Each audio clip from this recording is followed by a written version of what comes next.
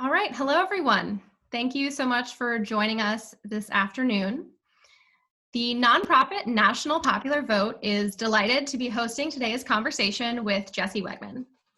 National Popular Vote was founded in 2005 and advocates for the National Popular Vote Compact, which, when in effect, would guarantee the presidency to the winner of the most popular votes in all 50 states and DC. We will talk much more about how this works shortly. Today, we will be chatting with Jesse Wegman about his book, Let the People Pick the President, which came out last month. Mr. Wegman is a member of the New York Times editorial board, where he has written about the Supreme Court and legal affairs since 2013. He previously worked as a reporter, editor, and producer at outlets including National Public Radio, the New York Observer, the Daily Beast, and Newsweek. He is also a graduate of the New York University School of Law. I'll be moderating this conversation today. I'm Eileen Reavey, and I serve as the National Grassroots Director for National Popular Vote. For those of you tuning in via Zoom, you are able to submit questions for Mr. Wegman through the Q&A feature.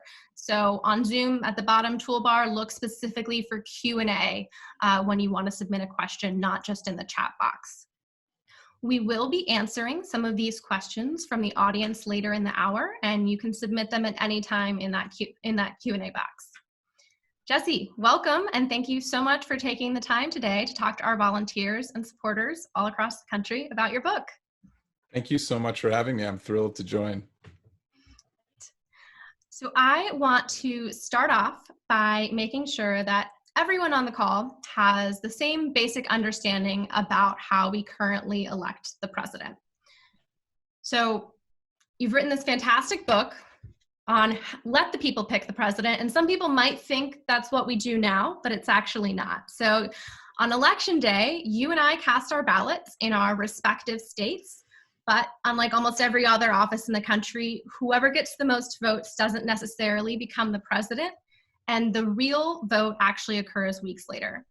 Can you explain the mechanics of how our Electoral College currently functions? Sure, and it's a notable feature of our system that so many people think something happens that doesn't happen. That vote on election day in November, when we all go to the polls, is actually an advisory vote. It is a vote that is then translated by the 538 electors in the real vote for president, which happens about 6 weeks later in December. So why 538 electors? Well, the way the system works is that the Constitution gives every state a number of presidential electors equal to that state's representation in Congress. That means its total number of representatives in the House plus its 2 senators. So let's just take, for example, California. California has 53 members in the House and 2 senators. They get 55 electoral votes.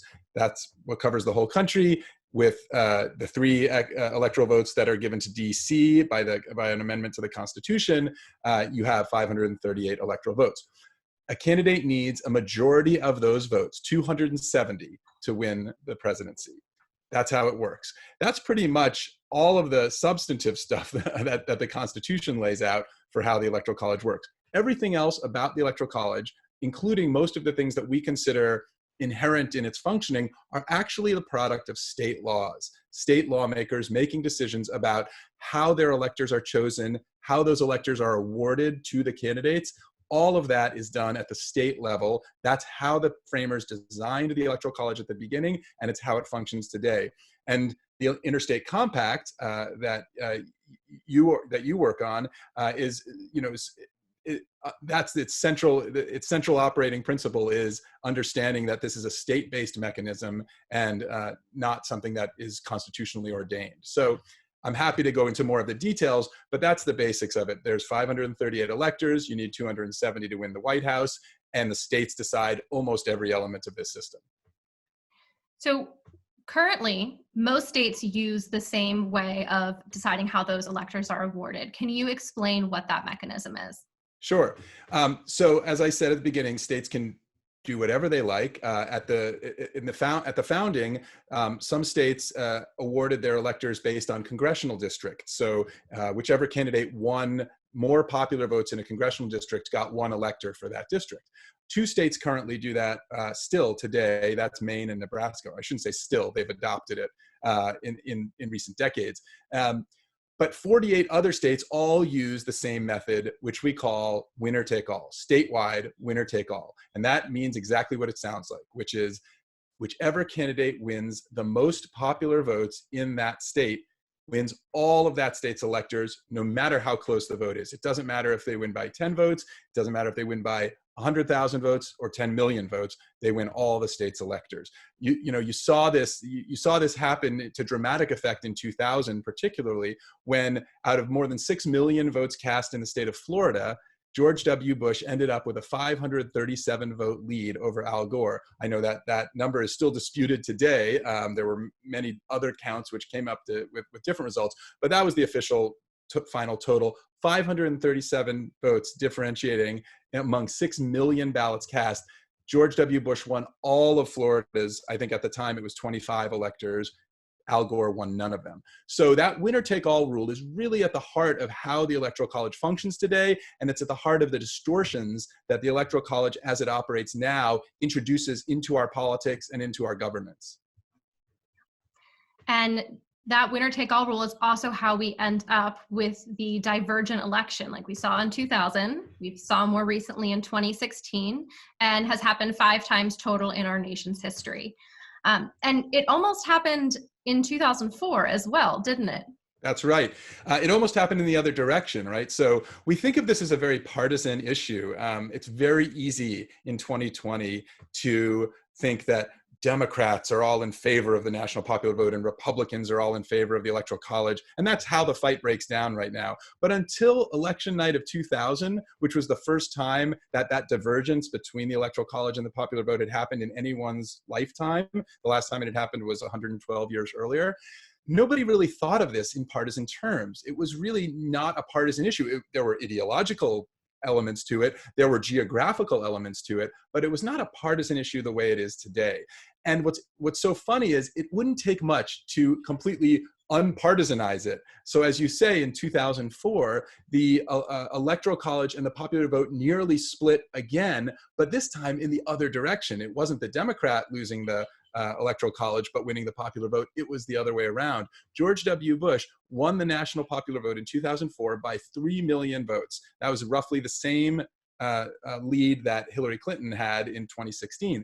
And yet, he did win the Electoral College, but if you had flipped just 60,000 votes in the state of Ohio, which was the tipping point state that year, 60,000 votes, which is an extremely small number for the millions of voters who voted in Ohio, John Kerry, the Democrat, would have been the president, even though he lost the popular vote by 3 million. Had that happened, we would not be here today. I would not have written this book.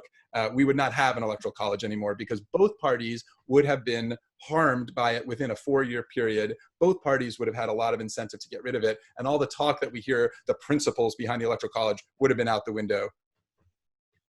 So it's happened twice in the last 2 decades and almost happened again. So is this how our founders expected the Electoral College to be functioning? Is this a part of its design? No.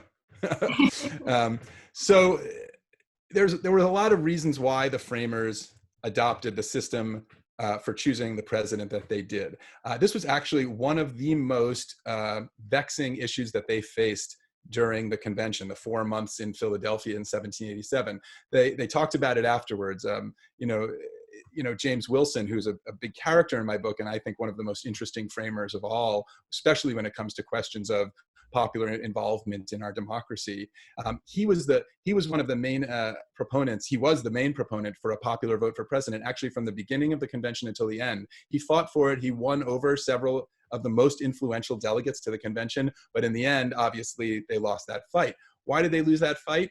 There were a number of reasons. One is, there was a concern, and a legitimate concern, over the sort of physical realities of the day. In the late 18th century, there was no communications system. There was no transportation network, right? So people didn't venture very far from their homes. They didn't know much about politicians beyond their local area. And I think the framers were concerned, not really, we talk about it as like a fear of democracy, a fear of, the unwashed masses rising up and doing something stupid. And I don't think that's not a really accurate description of what was going on. The framers, after all, did allow people to vote directly for their member of the House of Representatives. They allowed them to ratify the Constitution itself in state ratifying conventions. Those were done by the people, not by state lawmakers. So, they were actually quite comfortable with the people being directly involved in the choice of their leaders in this new, Republican government. The concern about the presidency in particular had to do with the fact that they couldn't know as much about candidates for national office who might not live anywhere near them. And so what they wanted to do was give the choice to a body of people who would know more, and these are the electors. And these electors would be chosen by, party leaders and by politicians who understood how the system worked. That was one issue. Another one was the dividing line at the convention on everything, which was slavery, right? The slave states versus the non-slave states. And the slave states, James Madison is quite explicit about this at numerous points during the convention. We didn't talk about it for decades when we talk about why is the Electoral College there, but James Madison was saying it openly. He said, I would prefer a popular vote for president. It's the fittest way to choose a leader. But it's not going to happen. The South won't go for it because they have slaves. And why wouldn't they go for it because of their slaves? Because their slaves couldn't vote. So they have these huge populations, but half of their population or 40% of their population can't vote. Therefore, they have less influence in the choice of the president. So those were like the driving forces behind why we ended up not with a national popular vote, but with an electoral college. The Electoral College itself is adopted in the final days of the convention in a side room off of the main hall by a group of 4 or 5 delegates, basically hammering out this system that they had decided, we've got to get this document done. We got to get it out to the states for ratification. We're tired. We're hot. We're sick of debating all of this. And crucially, they knew that whatever method they chose for electing the president, George Washington was going to win. So the stakes didn't feel as high to them then as they feel to us today, because we don't necessarily know who's going to win. They knew George Washington was going to win, so it didn't really matter what system they used. They put this thing together, they cobbled it together in the final days. It's more than 350 words long. It's the longest, most complicated provision of the Constitution, and it starts to malfunction almost immediately. So we have a system that's not working as designed, that was a product of states that had slave power having an outsized role and power in the founding documents of our country. And then we had states after that used the mechanism of each state shall appoint in such manner as the legislature thereof may direct in a number of different ways. And so can you briefly talk about the evolution that we saw from the signing of the Constitution through, winner-take-all laws being used? Sure. So as I said earlier, there are 2 main ways that states shape the Electoral College as we know it today. The first is, how do you choose the electors? The second is, how do you award the electors to the candidates? So we don't think of those as sort of decisions that states make. It just seems natural to us now that there are, that we vote for our electors and that there are red states and there are blue states, right? That's all an artifact of decisions that are made by state lawmakers and that have been made by state lawmakers from the very beginning of the Republic.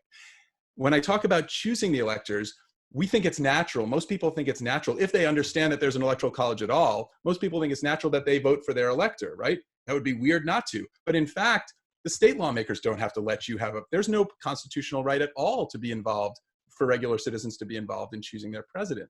In fact, state lawmakers can do it themselves. They can choose the electors themselves and people have no role at all. And many states did do that at the founding and for the first several decades of the country. What ended up happening was very quickly, some states were using a popular vote for their electors. And as some states did that, other states felt the pressure to do that too, because when people were saying, hey, wait a minute, he gets to vote for his electors, why don't I get to vote for my electors? So by the 1820s, you had essentially all states, I think by the late 1820s, it was all states but South Carolina were electing their electors, choosing their electors by a popular vote for the electors. It was the last time that a state did not choose its electors by popular vote was in 1876 when Colorado did it. And that was because Colorado had just been admitted to the Union about 3 months before the election and didn't have time to set up a sort of statewide popular voting system to choose the electors. So the lawmakers there did it themselves. The other element, as we've talked about, is how to award them. Is it winner take all is the one we've talked about, but there are other ways to do it. States use the congressional district method, which Maine and Nebraska use today, but many states used in the past.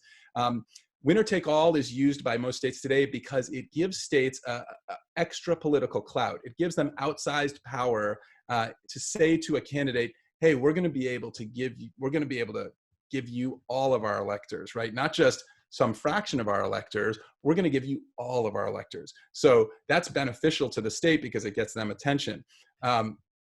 But what ends up happening is that the vast majority of states, we know what the outcome is going to be in those states. Those are what we call safe states. I hate all these terms because, to call a state safe makes it sound like, just makes it sound irrelevant, right? If something is safe, we don't have to worry about it. We don't have to think about it. But in fact, safe states represent more than 80% of the American public, right? The only states that matter in the election are what we call the battleground states, representing fewer than 20% of the American people. They may be 5 to 10 states in a given year. And as we get closer to the election day, it shrinks down to 2 or 3 states. And these are the states where we can't predict the outcome confidently in advance. And that means the candidates spend all of their time, all of their money, all of their attention aimed at winning those voters, because that's where the payoff is greatest. You don't waste your time going to states where you're going to win or you're going to lose, right? That means California, New York, Texas, South Carolina, all of these states, huge states filled with tens of millions of Americans, are written off by both parties because there's no point in campaigning in a place where you're not going to change with winner take all rules. You're not going to change the outcome. So they go to these states where moving a few thousand votes or a few tens of thousands of votes to one side or the other means the entire jackpot of electoral votes in that state goes to one candidate or the other. So we saw this in 2016 as a perfect example of how that happens. Donald Trump wins the states of Michigan, Wisconsin, and Pennsylvania, the 3 upper Midwest states, by a total of 77,000 votes. Okay, more than 13 million Americans in those 3 states cast a ballot. 77,000 votes divided the 2 candidates across the 3 states. Donald Trump wins 100% of their electors. Hillary Clinton wins 0. So I think that's really where this distorting effect comes in. And it's really what, when we talk about why we need to change this system, why a national popular vote is the most sensible and healthiest way for a representative democracy to run, it's because of this. The candidates aim all of their policy-making ideas, and if they're president, they aim a lot of money, they steer federal money toward the places that help them win the election, and that's a tiny sliver of the American electorate. Everybody else is ignored and forgotten about. So that leads well into my next question. So in the first chapter of your book, you plainly lay out that the central point of the book is, if the arc of American history bends towards more equality, more participation, and more democracy, then the national popular vote is the last major point on that arc. Chapter by chapter, you build an increasingly compelling argument for electing the president by national popular vote, from the history behind the creation of the Electoral College to the role that the suffrage and civil rights movements played in leading to the landmark decision which enshrined the principle of one person, one vote into our understanding of democracy. So it's clear as I read this that you believe there to be practical and moral arguments to electing the president by national popular vote. And you specifically cite 3 big benefits: more public participation, more political moderation, and more presidential legitimacy. And I was hoping that you could touch on those 3 things for our audience and why those were such big things that stood out to you. Sure. So let's take the last one first, presidential legitimacy. I think everybody in his or her heart understands that it is not right in a modern representative democracy for the person who loses the vote to win the election. I think we all get that. We can argue about it till the cows come home because, the Democrats have lost the last 2, so it looks like sour grapes from Democrats. No, everybody feels the same way. If you doubt that for a second, read what Donald Trump tweeted on election night 2012. He tweeted, "The Electoral College is a disaster for a democracy." He said that because he thought that Mitt Romney was going to win the popular vote and lose the Electoral College to Barack Obama. It doesn't take much for anybody to feel burned by a system that cheats them or makes them feel cheated out of winning in the way that we run every other election in the country. So that's a real hit to a leader's legitimacy. When a leader takes over a country where half the country does not feel that person was properly elected, I think that's a really harmful thing to the running of a representative democracy. We can look at all kinds of numbers and all kinds of data, but really that it gets down to the heart of majority rule, which, you go back to the framers themselves are saying majority rule is the essence of Republican government. They understand that, right? And I don't think any of them really anticipated that the Electoral College and the popular vote would ever diverge. In fact, for them, the popular vote was obviously a very different thing. So, remember back in the 18th century, the popular vote meant only a tiny fraction of the people living in the country, right? Black slaves couldn't vote, poor whites couldn't vote, women couldn't vote, Native Americans couldn't vote. So even then, like, I don't mean to graft too many of our modern ideas of what a popular vote is onto them, but they understood that majority rule was the order of the day. When you get to the other two features, which I think sort of are the results, the good things that come out of a popular vote, those are political moderation and voter participation. Voter participation, it's pretty much common sense that if you know your vote matters, you're more likely to vote. Right? And this isn't just me sort of speculating. We can look at the numbers, the swing states, the battleground states, the turnout in those states every 4 years is significantly higher than it is in the rest of the country. If you were to raise the rest of the country to the rates at which battleground states turn out, you would have at least 15 to 20 million more voters in the country coming out to vote, right? If you know your vote doesn't matter, what's the incentive to come out? I don't blame people like Republicans in California, Democrats in Texas. Why would you bother coming out if you know that all of the electoral votes in your state are going to go to the other guy no matter what you do? And for that matter, even the voters who are on the winning side in those states, there's no reason to come out because they know what the outcome is going to be. So that really drives down turnout.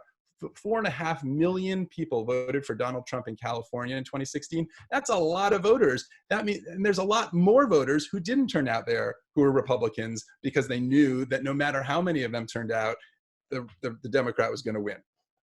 That's just it's really corrosive, I think, to the idea of how a representative democracy should run, especially under the one person, one vote principle. And then the last idea here is political moderation. And I think that really also gets to the heart of it is the leader of the country seeking policies and implementing policies and promoting types of governance that are the wishes, that represent the wishes of the majority of Americans. Right now, they don't have to do that because they're targeting constituencies in single states, right? These battleground states, Ohio or Michigan or Florida or Arizona, where, the interests may not coincide with the interests of a lot of, a majority of American voters. I'm not saying that those voters' interests don't matter. Of course they matter. The point is they shouldn't matter to the exclusion of everyone else, and they certainly shouldn't take precedence over what most Americans want. So I think what ends up happening is when a candidate only has to reach this very small percentage of voters, what they end up doing is they end up taking narrower and more extreme political positions. And I think when you have a candidate who needs to appeal to the entire country and needs to win voters everywhere because winning the most votes is what gives you the victory, they are going to seek out policies and promote policies that are more in the mainstream and in what most Americans want. And then I think that's when you have leaders who actually try to find solutions for the majority of Americans. So the full title of your book is Let the People Pick the President, the Case for Abolishing the Electoral College. And you lay out a thorough case to do just that. But I actually think of it as Let the People Pick the President, a Case for a National Popular Vote. Because just a few pages into the introduction, you concede that it's clear that a constitutional amendment is not in the cards, but there may be another way, the National Popular Vote Interstate Compact. So I bring this up because that's my next set of questions, focus on the compact, which is you'll explain in more detail how that works. And I just want to clarify for our audience that the compact is the bill that my organization, National Popular Vote, authored and advocates for. And we do not advocate for abolishment of the Electoral College. We advocate for a plan that is a little bit closer to happening. So Jesse, can you explain the National Popular Vote Compact? Sure. So my book's title is obviously, I think, aimed at sort of getting people's attention, and abolish is a word that draws a lot of people in these days. And so I understand the reason for putting it there. But yes, when you open the book, you find that, in fact, the National Popular Vote Interstate Compact does not abolish the college. It actually uses the college as it is designed in the Constitution. People call this unconstitutional or an end run around the Constitution. In fact, it's the exact opposite. It's literally using the words of the Constitution as they were set out there by the framers. So what does the compact do? Forgive me to those people who are listening who know how this system works, but I'll just explain it for those who don't. The compact was designed and implemented about 15 years ago by John Koza, who's a computer scientist by training, and now a Democratic reformer, who lives in Northern California, and came up with this idea that if indeed, as we talked about earlier, states have total control over how to award their electors, then what's to stop them from awarding all of their electors not to the winner of their statewide vote, but to the winner of the national popular vote? And then the second thing he hit on was, that's one part. The second one is, and when if states representing a majority of electors, remember that's how many you need to become president, join in and all agree to do this at the same time, then you automatically make the candidate who wins the most votes in the country the president. And what that does is it forces both candidates to campaign all over the country as they would do in a popular vote. They would not limit their campaigning to the cities. We can talk about that separately. That's a very common misconception, but that's the idea of how the compact, that's why the compact is there. It is using the language of the Constitution, which says that states may award their electors in whatever manner the state lawmakers choose to, and that's it. That's all it says. States can do this however they want. The compact now has 15 member states plus the District of Columbia that represent 196 electors. Remember, I said they have to get to 270 before the compact actually takes effect. That's in the terms of the compact itself. Interstate compact is just it's a contract among states, and states do these all the time. They create interstate compacts over water rights or over to create interstate lottery commissions. It's a very common practice among the states. We're seeing it happen possibly right now as states band together to try to deal with the coronavirus. The federal government's response has been so abysmal that the states are trying to figure out how can we more rapidly get what we need for our citizens. So there may be some interstate compacts coming out of that. But this one has been developing for 15 years. The first member state in Maryland joined in 2007, and now it's up to 15. And they're 74 votes away. So with 74 more electoral votes, the compact takes effect, and the president is elected, who is the person who wins the most votes in the country becomes the president. I think it's actually quite an elegant and clever design. I think it's completely in keeping with the Constitution. I think when people say, well, that's not what the founders intended, the founders also didn't intend winner-take-all, statewide winner-take-all rules. In fact, when James Madison saw those rules start to be used more broadly, he freaked out and he said, we need a constitutional amendment banning winner-take-all. And he tried to push it, but he didn't get anywhere with it because the states liked it at the time. Clearly, right now, we see how much harm statewide winner-take-all rules do. So we have that wisdom of hindsight of 200 years that James Madison didn't, but he was onto something even then. Excellent. So the compact just only goes into effect when 270 or more electoral votes are committed to it. And once it is in effect, it adds up the votes all across the country, all 50 states in DC. It does not just add up the votes from within the compacting states, right? Right, and sorry, I should have made that clear. Yep, right. A lot of people think, oh, there's just going to be a few big states that drown the rest of us out. Nobody else matters, and it's just a misapprehension of how the compact works. The compact counts every vote everywhere. It counts the entire country. All voters everywhere are counted, and the candidate who has the most votes everywhere becomes the president. It's just that certain states are awarding their electors that way, other states aren't. The states that aren't members of the compact can still award their electors however they choose, just like they do now. Some of them will continue to do winner take all. Some of them might do congressional district awarding, but that's the bottom line here, is that states have this power to make that decision for themselves. So as you've mentioned, is that this is something that has gotten increasingly more partisan as time has gone on. And when looking at the broader movement of changing the way we elect the president to be by a national popular vote, you say something in the book about the Electoral College that I think applies to the movement generally. So the quote is, "Consider a basic truth about the Electoral College. Its strongest defenders have never been those advocating some broader principle, but those who believe, rightly or wrongly, that the college advantages them politically." So I like that line a lot, because I think that we on the pro-change side, we are advocating on the broader principle of what we think is right. One person, one vote, no matter how it turns out for a certain party in a certain election.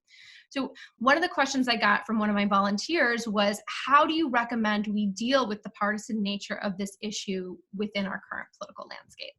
Yeah, it's really frustrating and it's hard. I mean, if anyone doubts that nobody likes winner take all rules, I mean, I gave you the Donald Trump quote earlier, of course. You know, with Trump, there's always a tweet, right? But here, I'm just going to read you a little passage that comes from the book, and this is from a floor speech by a representative from Texas named Ed Gossett, and he had co-sponsored an amendment to the Constitution that would have required a proportional awarding of electors, which is another method of doing it that we haven't talked about yet, but it's one that a lot of people think would be a good idea. It actually passed the Senate in 1950, and then it died in the House. But put that aside for a moment. Ed Gossett is a sort of, he's a Southern conservative, and he gives this floor speech in 1951, which is really interesting. And I'm just going to set it up by saying that at the time, the biggest swing states and the most important swing states in the country were northern industrial states like New York, like Illinois. Who swung those states? Which constituencies? It was the ethnic and racial minorities in the big cities like New York City, like Chicago, who were the most responsible for making those states swing one way or the other, and thus give the presidency to one side or the other. Everyone knew that that was happening. Black voters in the North understood that they had outsized leverage in the Electoral College. Actually, the NAACP defended the Electoral College for a long time, primarily on those grounds, right? So this was well understood as a fact of political life throughout the middle of the 20th century. So Ed Gossett gets on the floor of the House in 1951, and he says, "Now, please understand, I have no objection to the Negro in Harlem voting and to his vote being counted, but I do resent the fact that both parties will spend 100 times as much money to get his vote, and that his vote is worth 100 times as much in the scale of national politics as is the vote of a white man in Texas." And then he says, "Is it fair? Is it honest? Is it democratic? Is it to the best interest of anyone, in fact, to place such a premium on a few thousand labor votes or Italian votes or Irish votes or Negro votes or Jewish votes or Polish votes or communist votes or big city machine votes, simply because they happen to be located in 2 or 3 large industrial pivotal states?" Now, that question is the same question that liberals are asking often today, which is, why is it fair that Floridians get to choose the president, or that Ohioans, or that maybe Wisconsinites or Arizonans get to decide it? The problem, the fundamental violation of majority rule of political equality is the same. It comes from both sides. So I really think we have to remember, when we think about this as a partisan issue, it's not a partisan issue. Everybody hates the system unless they think that it benefits them. So, as I said, Republicans, defend it today, but in fact, Democrats and Black Democrats in the 1960s and 1950s were defending it then, because they saw that they had more power under it. The bottom line is, nobody should have disproportionate power in the election of the president of the United States, who's the one job where you have to represent the entire country equally. I love that answer. Thank you. Kind of going along those lines of how we almost had a constitutional amendment to abolish the Electoral College in the late 1960s, you alluded in your book to the fact that a part of that was because of the little-known backup plan in the Electoral College, and how people thought that that was almost going to be the way that the presidency was decided. So I agree that this is something a lot of people don't know about when I talk to folks. So can you talk about that? And how? Sure. I mean, this is a whole other part of the Electoral College and its design that has not been invoked for 200 years. And it is called, you called it, it's the backup plan or the contingent election plan. This, if you think the Electoral College as it functions today is a disaster, you don't even want to know about the contingent election plan. So I'll just say as context, there have been more than 700 attempts to amend or abolish the Electoral College throughout American history. This is far more than for any other provision of the Constitution. And that's, I think, just another indication of how many people see that this system that was designed quickly at the end of the Constitutional Convention really is not well built for the running of a modern American democracy. The closest that we ever came to actually abolishing the Electoral College was, as you said, in the late 1960s. It was run, the effort was run in Congress by Senator Birch Bayh of Indiana. And he held hearings for several months and then came out in support of a popular vote for president and abolishing the Electoral College. It actually got remarkably close. More than 80% of Americans supported a popular vote for president by late 1968, 1969. This was Republicans, Democrats, basically everyone, everywhere. Richard Nixon was on board. George H.W. Bush was on board. Bob Dole was on board. Gerald Ford was on board. Okay, this was a national movement in favor of, I think, where things were headed for a long time. The sense the one person, one vote rulings had happened in that decade. The Civil Rights Act and the Voting Rights Act had happened. There was this just new sense of what is American democracy, who is included in American democracy. What killed that amendment at the very last minute was a filibuster in the Senate. It actually passed the House overwhelmingly. An amendment to abolish the Electoral College overwhelmingly passed the House in 1969, and then a filibuster by 3 Southern segregationists killed it in 1970. So I think, again, we see this element of race coming up in the way that the American electoral system has been designed and continues to operate to the detriment of certain groups. So with regard to this contingent election, one of the reasons that Birch Bayh was so successful and almost got this passed was, as I said, there was the one person, one vote rulings, which I think really gave people this new sense of what American democracy was. And there was a Civil Rights Act.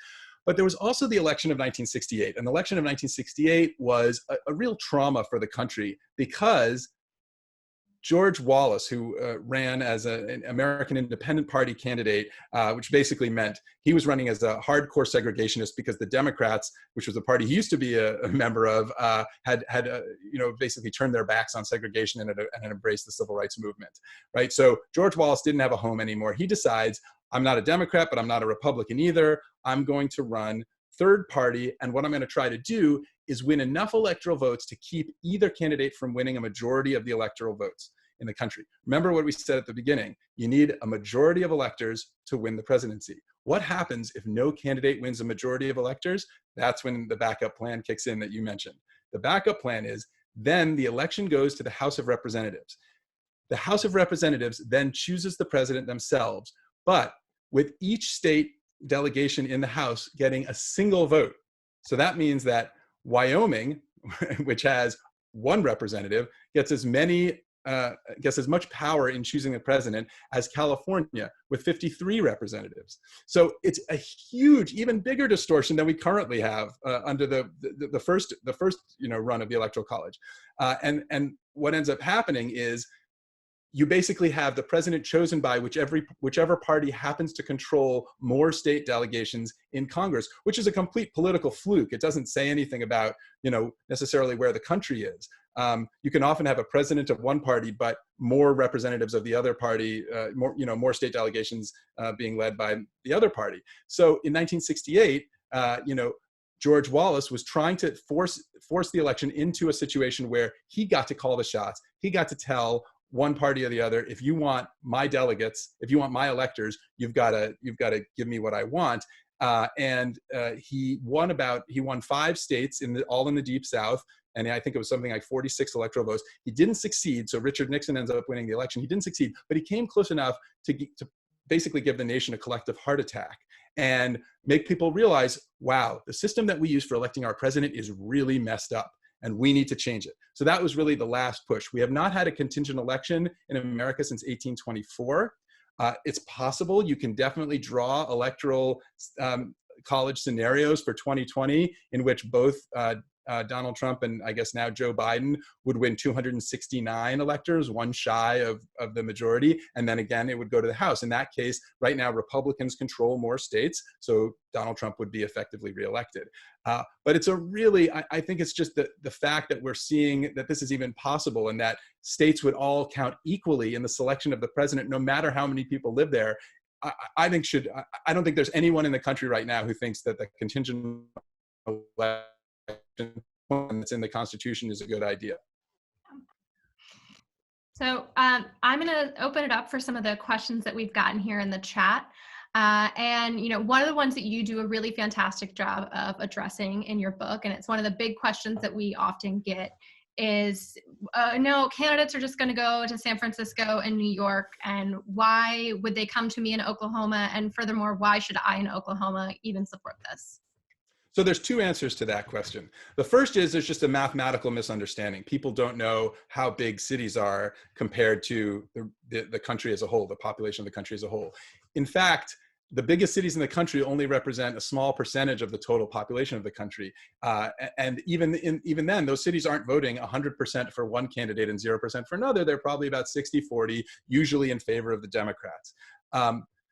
You know, if big cities controlled every election, how did George W. Bush, who didn't win any of the big cities in those states, win 3 million more votes in 2004? It just doesn't add up. And I think people sort of have this idea. You see these cartoon maps that often spread on Facebook or on Twitter, and the maps show like California and New York, you know, it's like these giant balloons of states, and all the other states are squished to tiny little pinpricks. That's like, what are you talking about? That just doesn't represent the actual makeup of the country population-wise. It's a complete distortion. So that's the first answer, is people just who think that the big cities are going to dominate every election have it wrong. The big cities can't even dominate elections for governor in their own state, right? So, you know, New York elected a Republican governor. New York City voters certainly didn't want a Republican governor. Why didn't they just drive him out? Why didn't they just elect a Democrat? It's because they can't. They're just not big enough to do that, even in their own states. They certainly can't do it in the nation. The other part of the answer, though, really has to do with this on-the-ground campaigning question, and that is, how would candidates actually campaign if they had to win a popular vote? So chapter 9 of my book really gets into this question, right? I spend a lot of time talking to campaign managers of both political parties who had run presidential campaigns in the last few decades. I spoke to ground game coordinators and field directors, the people whose job it is to figure out how do we win the election. I asked them, how would you win a popular vote election? How did you win the Electoral College, or how did you try to win the Electoral College? And how would you have campaigned differently to win a popular vote? And almost to a person, they all said, we would prefer a popular vote election. And that's because they know how those elections are run in the places that they now exist. And I think, so for a good example, and this is one that I think your team has studied, is what happens in battleground states right now. Battleground states are a pretty good proxy for what a national popular vote would look like. Why? Because in a battleground state, all votes matter equally, and the person who gets the most votes wins that state. So you think, okay, how do candidates campaign in battleground states? And what you find is a remarkable correlation between where people live and where the candidates go. They go everywhere. They cover the entire state. They go to the rural areas. They go to the suburban areas. They go to the exurbs. They go to the big cities. And they go to those places in proportion to how many people are there. That doesn't mean they ignore anybody, because they know that they need the most votes everywhere, and that even if they know they're going to lose a certain part of the state, they want to lose it by less by trying to appeal to the voters there, or trying to get more of the voters there to like them. And that they all do this. This is campaigning 101. This isn't some mystery. And they say, of course we go everywhere. Governors, you know, when governors are trying to get elected, they go all over the state, even governors who know that they're not going to win a lot of support for the same reason. They want to win. They need to win the popular vote, and they want to lose the areas they lose by less and win the areas they win by more. So of course, candidates will spend time in cities because, yes, there's a lot of people there. I don't particularly see that as a problem in a national popular vote where a candidate, you know, is running for an office where you have to represent the entire country equally. But it is not a distortion on the level, anywhere near the level that people, I think, sometimes imagine from those, I think, really misleading maps that we see. So, that's just a fundamental misunderstanding, both in terms of the math of it and in terms of how campaigns work. So building off of that, one of the questions that I've gotten from Sylvia in Colorado was, how do you respond to people who feel that they are giving up their state's votes when their state joins the national popular vote? Definitely a question that we get a lot. Yeah, that's an interesting one. I mean, it depends on what you mean by giving up. Right now, all the people who vote for the candidate in a state who doesn't win the most votes in that state, they're basically erased from the presidential election, because the real election happens when the electors cast their ballots. And if a state like Colorado, because Colorado is a winner-take-all state, sends its electors to the state capitol, all of those electors vote for the candidate who won the most vote. So if if that doesn't upset you, I'm not sure why you'd be upset that your vote will count in the national election. It will count. Every single person's vote counts. It's just that in the entire nation, the winner is going to be the person who wins the most votes. And that's really, it's still winner take all, right? In any two-party system, it's always going to be, at the end, it has to be winner take all. We have one president. We don't have proportional representation in America. So it is going to be a winner take all system, but at least the winner take all element of it happens at the level of the nation, which is what the president has to lead. The president isn't the president of battleground states. The president is the president of the United States. So you want to count everybody's vote equally in the race for that office. I guess have your vote taken away or have your vote erased. It's just a funny idea when I think that's what's happening right now to people. Tens and tens of millions of Americans right now were essentially erased from the electorate because the candidate they supported did not win the most votes in their state. And that's just, I mean, to me, that's a far deeper violation of political equality, one person, one vote, than the idea that everyone's vote would actually count the same. The Coloradans' vote would count just as much as a Californian's vote, as much as an Ohioan's vote, as much as a South Carolinian's vote. And then we would add everything up and decide based on that. Our next question, this has come up a couple of times. I've heard that there's a clause in the Constitution that forbids states from entering into compacts with each other. Is this true? And if so, how does the compact get around that or work within that? So the Constitution does include a clause that we call the compact clause. It doesn't forbid states from entering into compacts. It says that states need to get congressional consent to enter into compacts, right? So the Constitution was created at a time when the pre-existing condition of the United States was what we call the Articles of Confederation, which was basically a treaty among independent nations almost. The states were effectively independent nations. There was no president.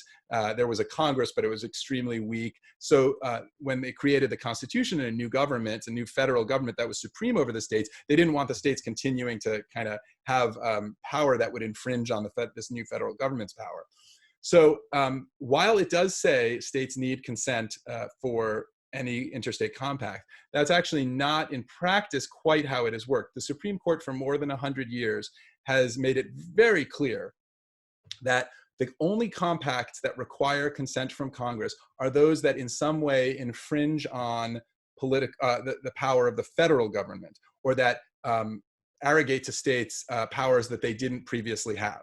The argument of the National Popular Vote Interstate Compact team is, well, states already have exclusive authority to decide how to award their electors. So what federal power are they infringing on by just agreeing to give their electors instead to the winner of the popular vote in the country, rather than to the popular vote in their states? I actually think that's a very compelling argument. Whether or not you could come up with a counter argument, it's certainly going to be challenged in court, right? That is probably one of the top, if not the top, litigation targets of opponents of the National Popular Vote Compact.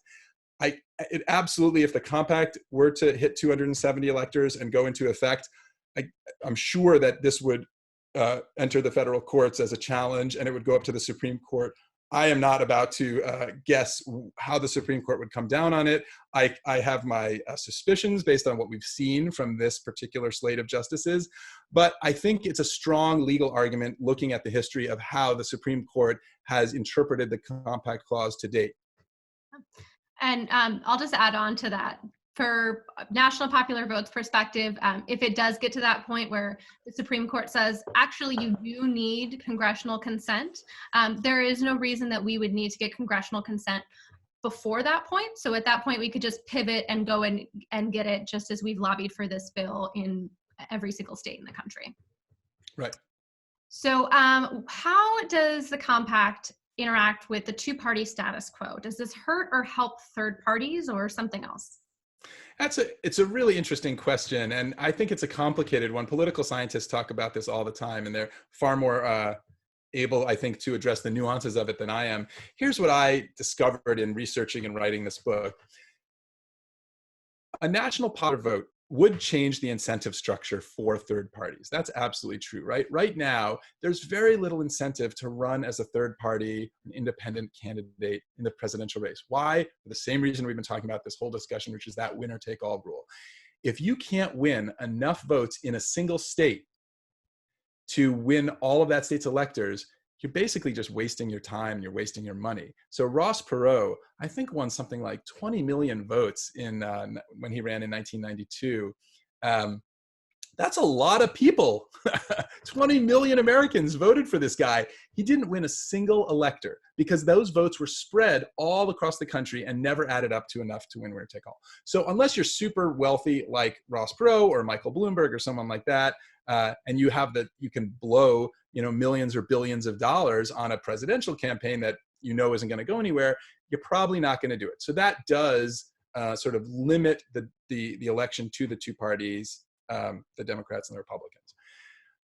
In a national popular vote scenario, we would not, that incentive, right, that disincentive, I should say, goes away, because any candidate can jump in the race, win a bunch of votes, and say, hey, I have this much support in the country. It doesn't harm anybody. Like, the candidates who get the most votes can still win the presidency.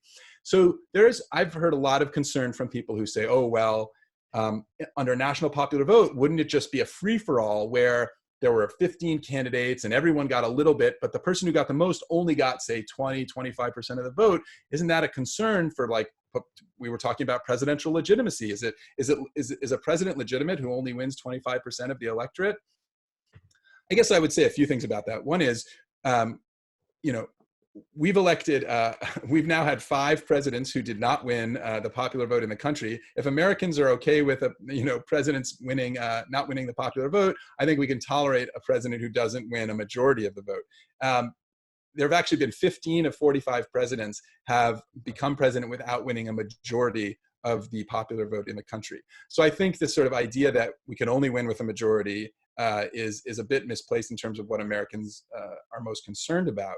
But the other thing is, when you actually look at it happening on the ground, you find that even in elections where there is no electoral college, where it's just a popular vote election, which, let's use state governor elections as an example, you still see that the two-party system basically survives intact. The vast majority, over 90% of gubernatorial elections over the last 50 years, the winner has gotten over 50% of the vote, and in something like 98 or 99% of those elections, the winner has gotten over 45% of the vote. So I think we're still basically operating in the same system here, where you're going to have a two-party system because of the type of what we call first past the post plurality elections, which are elections where the person who gets the most votes wins, and you don't have to get a majority. That said, I do think this is a little opportunity for a plug for something called ranked choice voting or instant runoff voting, which is being adopted more broadly nationally. Maine is now using it will use it this fall in 2020 for the presidential election, but it's also used it for its statewide elections. And the ranked choice system, which I won't describe here because it takes a little while to explain, but the bottom line is, it manages to get to get to a winner who has a majority of support from all the voters, whether those voters ranked that candidate first, second, third, or fourth. And I think it's actually a really healthy way for people to be able to express their political preferences with a little more nuance than they're able to now, when they just have to make a binary choice between two people, or choose one person among 4 candidates or 5 candidates. Ranked choice voting could be a really good way to ensure that the winner is somebody who has majority support. I'm gonna have one last question here, and I think that that's all that we're gonna have time for. There were a ton of really fantastic questions answered here, so thank you to everyone that submitted these. One clarifying question: how do you make an interstate compact binding, and can states decide to pull out at will? So the binding part of this is a contract, like any contract. As I said, there are dozens, if not hundreds, of interstate compacts in effect right now. They're all binding on the states that are member states to them. And there are rules. There is also a contract clause in the Constitution. And so, you can't just break a contract if you're a member to it without, by violating the terms of that contract. The Interstate Compact has a clause that is called the blackout period. And that is from July 20th of election year to January 20th of the following year, which is we also know as Inauguration Day. That's a 6-month period in which no state that is a member to the compact can withdraw from the compact. And that is to prevent the gaming that I think people are concerned about, where here's the scenario. A state is a member to the compact, so it's agreed to award its electors to the winner of the national popular vote. But then let's say the leaders of that state are of a different party than the candidate who looks like he or she is going to win the popular vote. And they say, uh-oh, we don't want to give our electors to that person. We know that our state is actually going to vote for the other candidate, so we're going to withdraw ourselves from the compact and go back to state winner take all so that we can give our electors to that candidate. The compact forbids that that sort of gaming of the system within the 6 months before Inauguration Day. Now that said, obviously, state might try to do it anyway, and I think then you're getting into questions of federal lawsuits. And I don't know how I can't say for sure how those would come out. But the other argument that the Popular Vote Compact team makes is, their goal is to get enough member states joining that it would go enough over 270. So 270 is the bare minimum, but they would, ideally get to enough states over 270 that even if one state were to try to do that or were to remove itself from the compact, it wouldn't actually destroy the whole compact. Thank you, Jesse. So that leads well into the fact that as a reminder, because I've seen some people asking, where are we and how can you help? So we are currently at 196 electoral votes out of the needed minimum of 270. So if you are feeling, yes, the national popular vote is how we should elect the president, I hope you will join us in this fight. National Popular Vote lobbies for this bill across the country, and we need state legislators to hear from you, their constituents, that this issue is important to you and you want it in your state. So if you want to get involved, you can go to nationalpopularvote.com/volunteer to sign up to get involved. And from writing your legislator to authoring a letter to the editor to phoning voters in other states or showing up at your state capitol and lobbying for the bill, we will only achieve a national popular vote for president with the help of citizens and constituents like yourselves across the country. So please go to nationalpopularvote.com/volunteer. And if you want to write your legislator right now, as soon as this webinar ends, you can go to nationalpopularvote.com/write, WRITE, and we'll be able to send an email to your state legislators and your governor right now, letting them know that you want this bill passed. So the next webinar from us at National Popular Vote is next Friday, May 1st at 2 p.m. Eastern Time. We're going to be interviewing former Lieutenant Governor and Republican National Committee Chairman Michael Steele to hear the conservative case for a national popular vote. So everyone, thank you so much for joining today. If you enjoyed today's conversation, I just absolutely highly recommend ordering Jesse's book, Let the People Pick the President, from a local bookstore near you. I know I live in Portland, and Powell's is my local bookstore, and they're shipping all across the country online. So please check it out. And Jesse, thank you so much for taking the time to talk with us today. It was a real pleasure to get to talk with you.